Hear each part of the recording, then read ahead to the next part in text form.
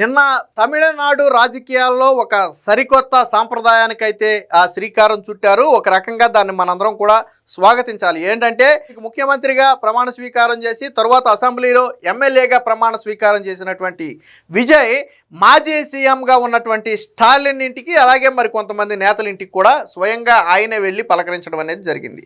So ఇదొక సహృదయ వాతావరణంలో రాజకీయాలు చేస్తున్నారు అనడానికి ఒక రకంగా ఇది నిదర్శనం. ఖచ్చితంగా స్వాగతించాలి. ఎందుకంటే రాజకీయాల్లో శాశ్వత మిత్రులు, శాశ్వత శత్రువులు ఉండాలి.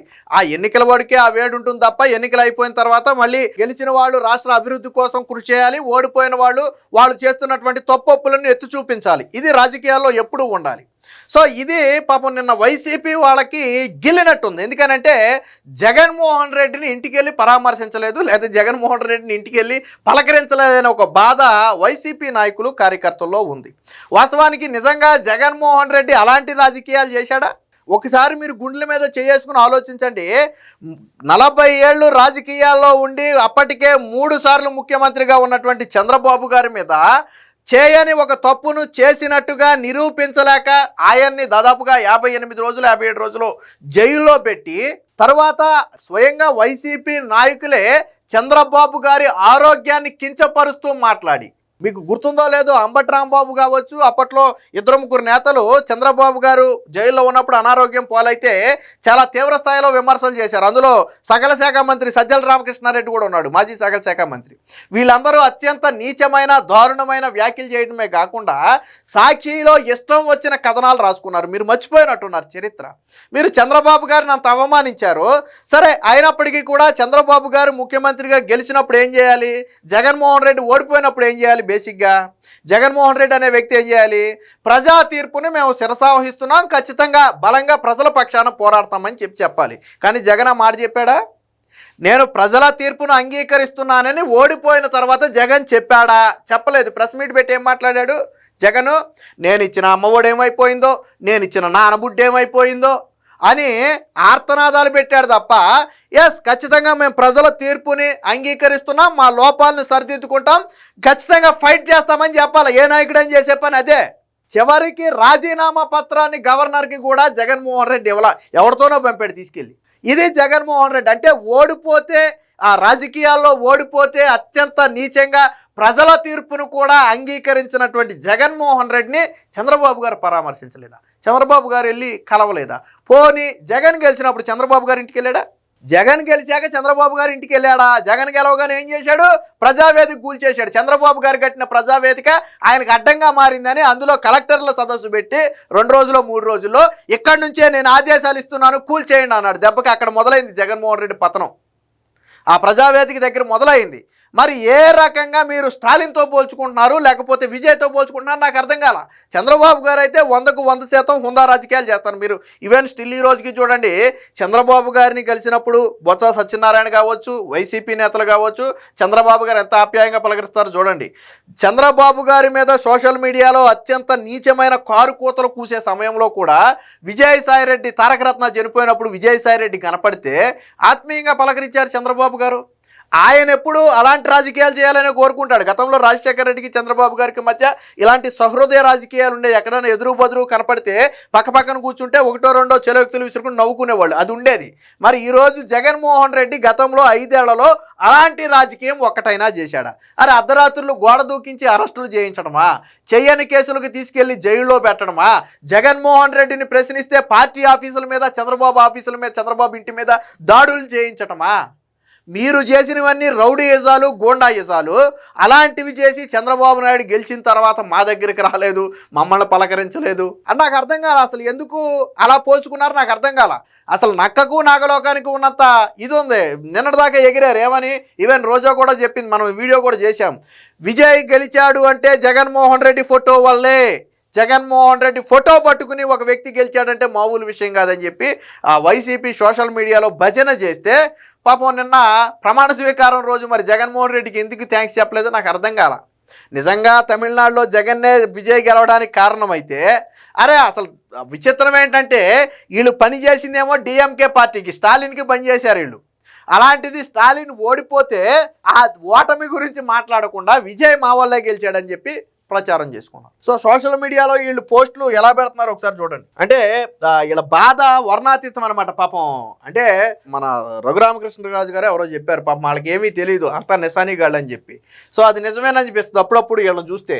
హెల్దీ పాలిటిక్స్ రాజకీయాలంటే ఎలా ఉండాలని చెప్పి విజయ్ని ట్యాగ్ చేశారు. ఇక్కడ విజయ్ వాళ్ళ ఇంటికి వెళ్ళిన ఒక వీడియోని ప్లే చేసి మా ఏపీలో ఉన్నారు ఇద్దరు దరిద్రపు నాయకులంట, ఎప్పుడు చూడు వాళ్ళ నాశనం వీళ్ళ నాశనం కోరుకునే 40 years డర్టీయెస్ట్ లీడర్ ఒకడైతే ఆయనకు డంకా మోగించే మరొక బానిస నాయకుడు అంటే చంద్రబాబు గారు పవన్ కళ్యాణ్ ఇద్దరిని ఉద్దేశించి వీడియో పెట్టిన పోస్టు. ఇక్కడ ఇంకొకటి ఏంటంటే జగన్మోహన్ రెడ్డిని కలవాలంటే కనీసం ఆయన ఆంధ్రప్రదేశ్లో ఉండాలి. అక్కడ స్టాలిన్ తమిళనాడులో ఓడిపోతే సొంత రాష్ట్రంలోనే ఉన్నాడు, సొంత ఇంట్లోనే ఉన్నాడు కాబట్టి విజయ్ వెళ్ళి కలిసి వచ్చాడు. మరి జగన్మోహన్ రెడ్డిని కలవాలంటే బెంగళూరు ప్యాలెస్కి వెళ్ళి కలవాలి, చంద్రబాబు గారు పక్క రాష్ట్రం వెళ్ళి కలవాలా. ఆంధ్రప్రదేశ్లో ఒక లీడర్ని చంద్రబాబు గారు కలవాలంటే పక్క రాష్ట్రం వెళ్ళి కలవాలా. స్టిల్ ఈరోజు మనం వీడియో చేసుకునే సమయానికి కూడా జగన్ బెంగళూరులోనే ఉన్నాడు. అంటే ఓడిపోగానే కనీసం వారం రోజుల పాటు ఉండకుండా అసలు ఎక్కడ లోపం జరిగిందో. సాధారణంగా పార్టీ ఓడిపోతే జరిగే ఫస్ట్ పని ఏంటంటే ఫస్ట్ ఒక 4-5 రోజులు గ్యాప్ తీసుకున్నప్పటికీ కూడా ఆ తరువాత వెంటనే చర్యలు చేపడతారు. ఏంటని, మనం ఎక్కడ దెబ్బతిన్నాము, ఏ ఓట్లు దెబ్బతిన్నాము, మనకి ఎంత ఓటు షేర్ వచ్చింది, ఏ ప్రాంతాల్లో దెబ్బతిన్నాము, గతానికి ఇప్పుడుకి వచ్చినటువంటి మార్పు ఏంటి, ఇలాంటివన్నీ కూడా విశ్లేషించుకుని ఆ లోపాలను సరిదిద్దే ప్రయత్నాలు చేస్తారు సాధారణంగా. కానీ జగన్ మాత్రం ఓడిపోయిన మర్నాడే, ఈరోజు ఎన్నికల్లో ఓడిపోయాడు, సాయంత్రం ప్రెస్ మీట్ పెట్టాడు, మర్నాడే జంప్. ఎక్కడికి జంపు? బెంగళూరు జంపు. నిజంగా చంద్రబాబు గారు ఇంటికి వెళ్ళి కలవాలి అనుకున్నా జగన్ ఎక్కడ ఉంటాడు? బెంగళూరులో ఉంటాడు. అంటే చంద్రబాబు గారు బెంగళూరు వెళ్ళి జగన్మోహన్ రెడ్డిని కలిసి రావాలా. ఎందుకంటే మన రాష్ట్రంలో ఈయన లేడు కదా, ఈరోజు ఇప్పుడు మనం వీడియో చేసుకునే టయానికి కూడా లేడు కదా. పోనీ ఈళ్ళ నాయకుడు జగన్మోహన్ రెడ్డి కనుక గెలిచినప్పుడు చంద్రబాబు గారినో పవన్ కళ్యాణ్నో కలిసి ఉండుంటే, ఆప్యాయంగా పలకరించి వాళ్ళకు సాలువా కప్పుండుంటే, అరే ఆ నాయకుడు చేశాడు కదా, ఈ నాయకుడు కూడా చేస్తే బాగుండు అని మనం అనుకుందాం. అరే మీరు పవన్ కళ్యాణ్ హోటల్లో, వైజాగ్లోని హోటల్లో ఉంటే ఆయన్ని గదిలో నుంచి బయటికి రానివ్వరా? చంద్రబాబు గారు యాత్ర చేస్తుంటే ఆయన్ని యాత్ర చేయకుండా అడ్డుకుంటే ఆయన ఈస్ట్ గోదావరిలో కాలినడకని వెళ్ళాడా? నారా లోకేష్ గారు యువగళం పాదయాత్ర చేసేటప్పుడు ఆయన నిలబడే స్టూలు, ఆయన మాట్లాడే మైకులు, ఆయన యువగళం వాహనాలు లాక్కుంటారా? మీరు చేసినవేమో నిత్యం నీచమైన పనులా? స్టాలిన్ ఏమి విజయ్ని ఇబ్బంది పెట్టలేదే. విజయ్ మీద విమర్శలు వచ్చినప్పుడు ఎప్పుడు స్టాలిన్ దాన్ని రాజకీయాలు ఉపయోగించుకోవాలా. విజయ్ మీద వ్యక్తిగత విమర్శలు, భార్య గురించి విభేదాలు వచ్చినప్పుడు స్టాలిన్ దాన్ని రాజకీయంగా ఎప్పుడు వాడుకోవాలా. ఈవెన్ మొన్న కూడా గవర్నర్ దగ్గర విజయ్ ఇబ్బంది పడుతుంటే స్టాలిన్ ఏం చెప్పాడు? ముఖ్యమంత్రిగా విజయ్ అర్హుడు, ప్రజలు ఆయన్ను కోరుకున్నారు కాబట్టి గవర్నర్ సహకరించాలని చెప్పి గవర్నర్కే సలహా ఇచ్చాడు తప్ప కుళ్ళు రాజకీయాలు, కుట్ర రాజకీయాలు చేయాలని అనుకోలా. అలాంటి స్టాలిన్కి విజయ్కినో మీకు నక్కకి నాగలోకానికి ఉన్నంత తేడా ఉంది. ఇందులో మీరు ఏదైనా మంచి పని చేశారా? మీరు పవన్ కళ్యాణ్ పెళ్లిళ్ళ గురించి, పెళ్ళాల గురించి మాట్లాడలేదా? అలాగే చంద్రబాబు గారు సతీమణిని నిండు అసెంబ్లీలో మీరు అవమానించలేదా? సరే ఇన్ని చెప్పారు కదా, మీరు గెలిచిన తర్వాత హుందాగా రాజకీయాలు చేయాలని. సొంత మేనన్నుల పెళ్లికి జగన్మోహన్ రెడ్డి వెళ్ళాడా? స్వయంగా షర్మిల కొడుకు పెళ్లికి జగన్మోహన్ రెడ్డి వెళ్ళాడా నేను అడుగుతున్నా. ఎంగేజ్మెంట్ కార్యక్రమానికి వెళ్ళి 30 సెకండ్లో, 40 సెకండ్లో, 60 సెకండ్లో నిలబడి, నిమిషం కంటే తక్కువ సమయమే, 1 నిమిషం కంటే తక్కువ సమయమే నిలబడి ఒక ఫోటోకు ఫోజ్ ఇచ్చి వెళ్ళిపోయి తర్వాత తన మేనల్లుడు పక్క స్టేట్లో ఎక్కడో పెళ్లి చేసుకుంటుంటే వెళ్ళాడా జగన్మోహన్ రెడ్డి? నువ్వు సొంత కుటుంబం, మీరు సొంత కుటుంబానికి మీరు విలువెవరో, మీ తల్లికి విలువెవరో, చెల్లికి విలువెవరో, మేనల్లుడు మేనగోళ్ళకి విలువెవరో లెగిస్తే మీరు మాట్లాడేది అమ్మనా బూతులు. మీరు మళ్ళీ మాకు గౌరవించలేదు. మరి విజయ్ గురించి స్టాలిన్ ఎక్కడైనా చేశాడా? స్టాలిన్ కూడా అవకాశం వచ్చింది. విజయ్ వ్యక్తిగత వివాహ జీవితానికి సంబంధించి విభేదాలు వస్తే ఆయన భార్య రోడ్డుకి ఎక్కితే స్టాలిన్ దాని గురించి ఒక్క మాట మాట్లాడాల. ఆ పార్టీ ఎక్కడ దాన్ని రాజకీయం చేయలే. అలాగే విజయ్ సభలో కొంతమంది చనిపోతే దాన్ని స్టాలిన్ ఎక్కడ రాజకీయం చేయాల, కేసులు పెట్టి కక్షలు తీర్చుకోవాలా. స్టాలిన్ ఎక్కడ దాన్ని రాజకీయం చేయాల. చంద్రబాబు గారి కందుకూరు సభలో అనుకోకుండా జరిగినటువంటి తొక్కిసలాటం మృతి చెందితే చంద్రబాబు నాయుడు హంతకుడని మీ సాక్షిలో రాశారు. చంద్రబాబు నాయుడు హంతకుడని రాశారు.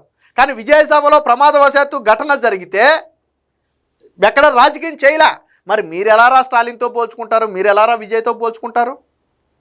ఏ రాజకీయం చేశారు మీరు? స్టాలిన్ చేసిన రాజకీయం హుందాగా చేశాడు, ఎక్కడా ఇబ్బంది పెట్టల. రాజకీయాన్ని రాజకీయంలాగా చేశాడు. గెలవచ్చు, ఓడిపోవచ్చు, అది వేరే విషయం. మొన్న కూడా గవర్నర్ విషయంలో స్టాలిన్ ఏమి కుట్రలు కుతంత్రాలు పన్నలా. ఎస్, విజయ్ అర్హుడు, విజయ్ని సీఎంగా నిలబెట్టాలన్నాడు. 6 నెలలు సమయం ఇస్తామని చెప్పాడు విజయ్కి. మేము అప్పుడే విమర్శలు కూడా చేయబోము, విజయ్ సెట్ అవ్వడానికి 6 నెలల సమయం ఇస్తామని చెప్పాడు. మరి మీరేం చేశారు? కుళ్ళు రాజకీయాలా, కుట్ర రాజకీయాలా, లెగిస్తే కుటుంబంలో ఆడవాళ్ళ మీద పడి ఆడవటమా, మార్పింగ్ ఫోటోలా, అమ్మనా బూతులా? మీరు చేసింది ఇదా? చంద్రబాబు నాయుడు గారు మిమ్మల్ని వచ్చి పలకరించలేదా? మరి జగన్ ఎందుకు వెళ్ళి పలకరించలా? అప్పటికే 3 సార్లు ముఖ్యమంత్రిగా చేసిన వ్యక్తి కదా చంద్రబాబు గారు.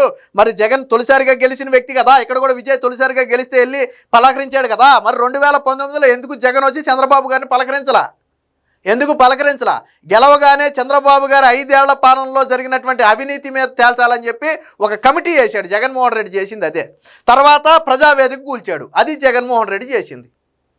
అలా నీచమైన పనులు చేసిన మీరు కనీసం ప్రజలు మిమ్మల్ని ఓడిస్తే దాన్ని అంగీకరించలేక ఈ రోజుకి ఈవీఎంలు మాయా అని ఏడ్చే మీరు, మరి నిజంగా ఈవీఎంలు మాయ అయితే ఈరోజు అక్కడ బీజేపీతో అలయన్స్లో ఉన్నటువంటి ఏఐడిఎంకే గెలవాలి కదా. ఏఐడిఎంకే అక్కడ గెలవాలి కదా, తమిళనాడులో గెలవాలి కదా. ఎందుకు గెలవలేదు? మీకు రాజకీయం చేత కాదు, ఓడిపోతే తట్టుకోలేరు. మీరు మళ్ళీ ఈరోజు హుందా రాజకీయాల గురించి కోరుకోవడం. ముందు నేను హుందా రాజకీయాలు కావాలంటే ముందు నా నుంచి హుందాతనం రావాలా, జగన్మోహన్ రెడ్డి నుంచి హుందాతనం రావాలా. అప్పుడు మాట్లాడుకుంటారు. హుందాతనం గురించి మీరు నేను కాదు, ప్రజలు మాట్లాడుకోవాలి. కానీ సోషల్ మీడియాలో ఇలాగా చంద్రబాబు గారిని డర్టీయెస్ట్ పొలిటీషియన్ ఎవడో మొన్న ఎన్నికల్లో చూపించారు కదా. 2014 నుంచి 19 వరకు చంద్రబాబు గారి పాలన చూశారు, 19 నుంచి 24 వరకు జగన్ పాలన చూశారు. చూసిన తర్వాత జగన్ అనే వ్యక్తి రాజకీయాలకు అన్ఫిట్, ప్రతిపక్ష హోదా కూడా వృధానేనని చెప్పి 11 సీట్లకు పరిమితం చేశారు. తెలిసింది కదా మొన్న. డర్టీయెస్ట్ పాలిటీషియన్ ఎవరో మొన్న ఎన్నికల్లో ప్రజలు చెప్పారు కదా. నువ్వు నేను మాట్లాడుకోవడం కాదు, ప్రజలు చెప్పారు కదా మొన్న. ఈవెన్ గెలుపోవడములు సహజమే, అపోజిషన్ పార్టీ ఇది కూడా ఇవ్వాల మీకు. అక్కడ స్టాలిన్ లాంటి వ్యక్తులు స్ట్రాంగ్ అపోజిషన్లో ఉన్నారు. మీరు ఆళ్ళతో పోల్చుకోవడం సిగ్గు లేదు మీకు. కాబట్టి ఎప్పటికైనా ఇలాంటి నీచ వ్యాఖ్యలు మానుకోండి. స్టాలిన్కి, విజయ్కి, మీకు నక్కకి నాగలోకానికి ఉన్నంత తేడా ఉంది. అక్కడ తమిళనాడులో హుందా రాజకీయాలు చేస్తే మీరు ఆంధ్రాలో నీచ రాజకీయాలు చేశారు. అలాంటి మీరు మాకు గౌరవం ఇవ్వలేదు, మాకు సిగ్గు ఉండాలి, సిగ్గు శరం ఉండాలి, ప్రతిపక్ష హోదా ఇవ్వలేదని ఈ రోజుకి అడుక్కుంటున్నటువంటి చరిత్ర మీది. ఎవడివ్వాలరా ప్రతిపక్ష హోదా? ఎవడివ్వాలి? ప్రజలు ఇవ్వాలి. ప్రజలు ఇవ్వాల్సిన ప్రతిపక్ష హోదాని చంద్రబాబు నాయుడు ఇవ్వలేదు, స్పీకర్ ఇవ్వలేదు, కోర్టు ఇవ్వలేదు. దేశ చరిత్రలో ప్రతిపక్ష హోదా కావాలి అని కోర్టుకి వెళ్ళిన ఏకైక నీచమైన పొలిటీషియన్ ఎవడైనా ఉన్నాడు అంటే జగన్మోహన్ రెడ్డి. ఎవడైనా సరే ఓటమిని హుందాగా అంగీకరించాలా, తిరిగి లెగిసి కసిగా పోరాడాలా. అంతే తప్ప నాకు ప్రతిపక్ష హోదా ఇస్తేనే నేను అసెంబ్లీకి వస్తా, నాకు ప్రతిపక్ష హోదా ఇస్తేనే నేను మైకు పట్టుకుని మాట్లాడతా, ఇది వీళ్ళు చేసిన నీచ రాజకీయం. కాబట్టి ఎప్పటికైనా ఇలాంటి నీచ వ్యాఖ్యలు, నీచ రాజకీయాలు మానుకోండి.